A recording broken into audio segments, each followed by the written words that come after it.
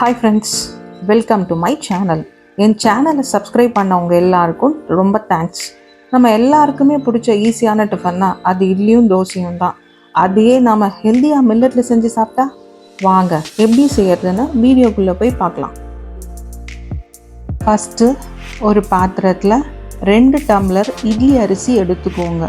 உங்ககிட்ட இட்லி அரிசி இல்லைனாலும் பரவாயில்ல, பச்சரிசி இருந்தால் அது கூட யூஸ் பண்ணிக்கலாம்.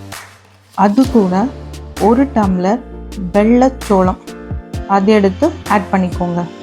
அப்புறம் 1 டம்ளர் தெனை தான் யூஸ் பண்ணணும்னு அவசியம் இல்லை. உங்ககிட்ட வரகு, சாமை, குதிரைவாலி எது இருந்தாலும் அதை யூஸ் பண்ணிக்கலாம். ஒரு டைம் நீங்கள் தெனை அரிசி யூஸ் பண்ணிங்கன்னா அடுத்த டைம் யூஸ் பண்ணும்போது வரகரிசி யூஸ் பண்ணிக்கோங்க.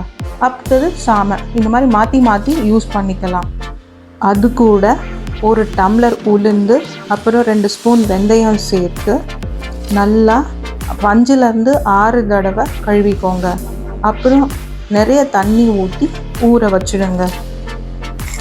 நாம் எப்போவுமே வெறும் அரிசியில் தான் இட்லி தோசை செய்வோம். அதில் வெறும் கார்போஹைட்ரேட் தான் இருக்குது. ஆனால் இந்த வெள்ளை சோளத்தில் நிறைய fibre, vitamin, minerals, anti accident இருக்குது. இது கண்ணுக்கும் டைஜஷனுக்கும் ரொம்ப நல்லது.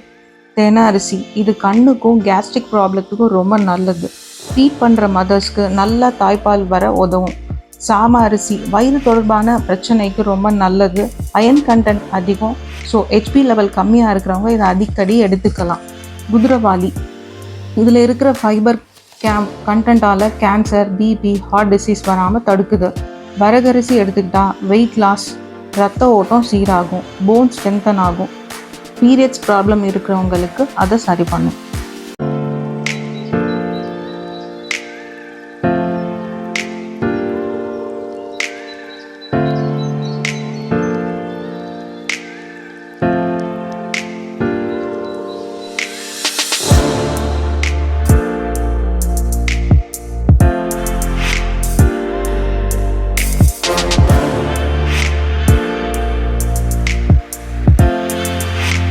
மாவை அரைக்கும் போது நம்ம ஊற வச்ச தண்ணியே ஊற்றி அரைங்க. வெளியிலேருந்து தண்ணியை ஊற்றி அரைக்காதீங்க.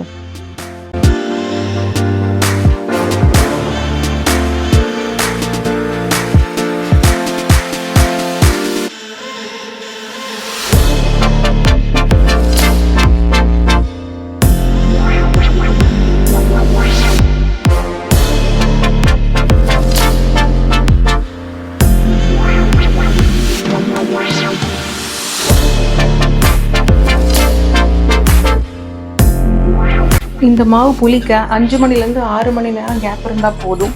நீங்கள் மத்தியானம் 2 மணிக்கு அரைச்சா கூட நைட் 7 இல்லைன்னா 8 மணிக்கு இட்லி ஊற்றிக்கலாம்.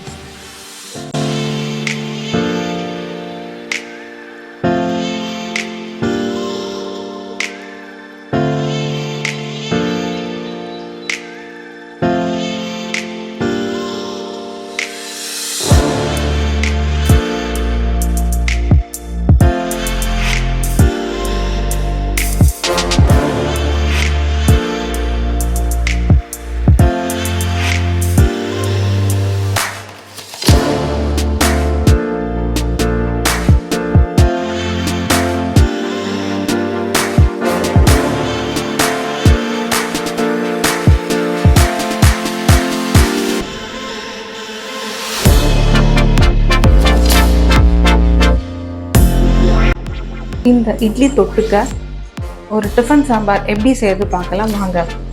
அதுக்கு ஒரு பெரிய வெங்காயம் இல்லைன்னா ஒரு கைப்பிடி அளவு சின்ன வெங்காயம் வெட்டி சேர்த்துக்கோங்க.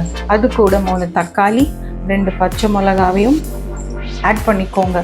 அப்புறம் 4 பல்லு பூண்டு, ஒரே 1 ஸ்பூன் சீரகம், கொஞ்சம் மஞ்சத்தூள், கொஞ்சம் பெருங்காயத்தூள், கொஞ்சம் உப்பு, அது கூட 2 பெரிய சைஸ் ஸ்பூனில் சிறுபருப்பும் சேர்த்து ஆட் பண்ணி நல்லா வேக வச்சு மசிச்சு எடுத்துக்கோங்க.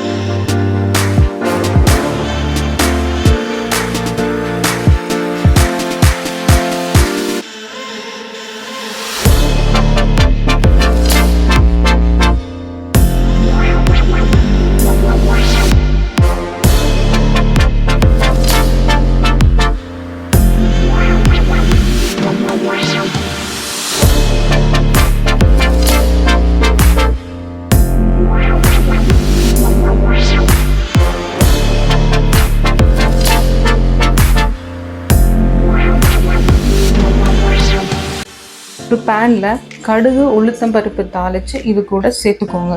இப்போ சுவையான இட்லி சாம்பார் தயார். இதை நாம் சுட்டு வச்ச இட்லியோடு சேர்ந்து பரிமாறிக்கலாம்.